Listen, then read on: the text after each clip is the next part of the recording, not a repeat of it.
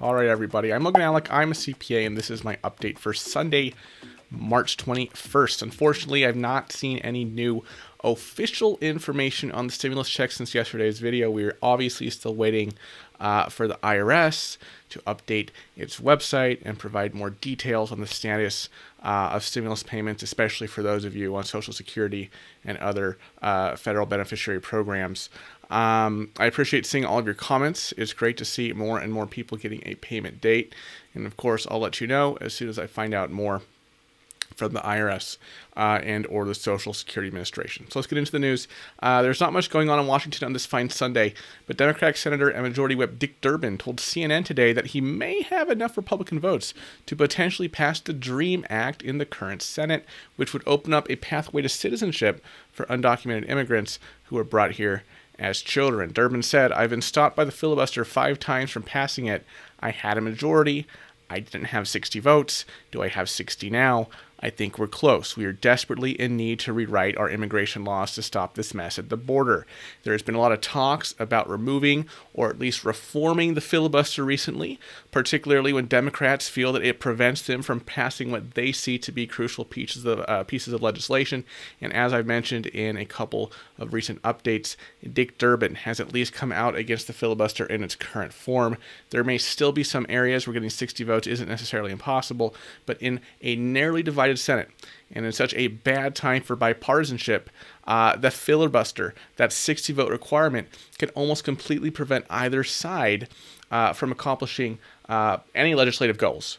Obviously, there are a few more moderate Republicans who have been open to crossing party lines on certain issues, right? I'm thinking of Romney, Murkowski, Collins, etc. But finding 10 of those to support a Democratic policy is obviously going to be a challenge. We're still only a couple of months into the Biden administration, but we've already seen how the balance of power changes when the Democrats can't lose even one senator if they need 50 votes, and they obviously need 10 additional Republican votes to overcome the legislative filibuster. A lot of times, the people with the most power have been the Joe Manchins and Kyrsten Sinemas, who can withdraw their votes if they feel the party is moving further to the left, as well as the G20 group, which includes both of those Democrats as well as some other moderates from both parties. So we'll see how much support Durbin can get for the DREAM Act.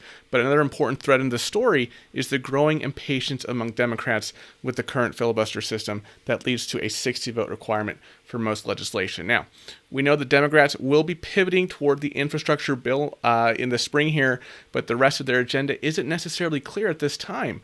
One issue you might see them take up is gun control, particularly in the wake of the tragic shootings in the Atlanta area in Georgia. And Senator Raphael Warnock told NBC earlier today that we need reasonable gun reform in our country. I think that suggests a distortion in values when you can buy a gun and create this much carnage and violence on the same day.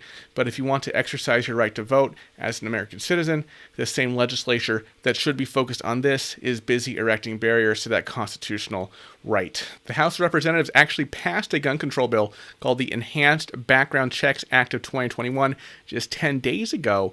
It would give the government 10 days to complete a background check before allowing firearm sales, but as with many other progressive House bills, they would obviously face a lot more resistance in the Senate than in the House. And the same goes for the Bipartisan Background Checks Act of 2021, which would close certain loopholes for private transactions, including sales at gun shows as well as over the internet.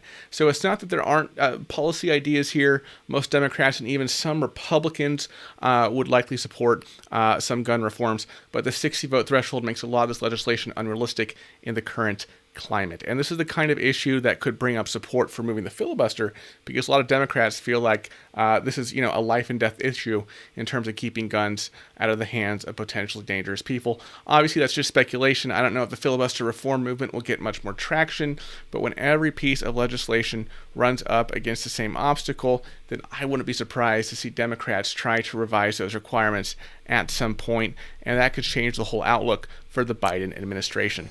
All right, everybody, that's all I have for you today on this fine Sunday here. Obviously a slower news day than during the week, As I said, not much going on today. Hopefully, we'll get an update on these stimulus checks sometime this week from the IRS, and hopefully more of you will start to see a date in the Get My Payment tool.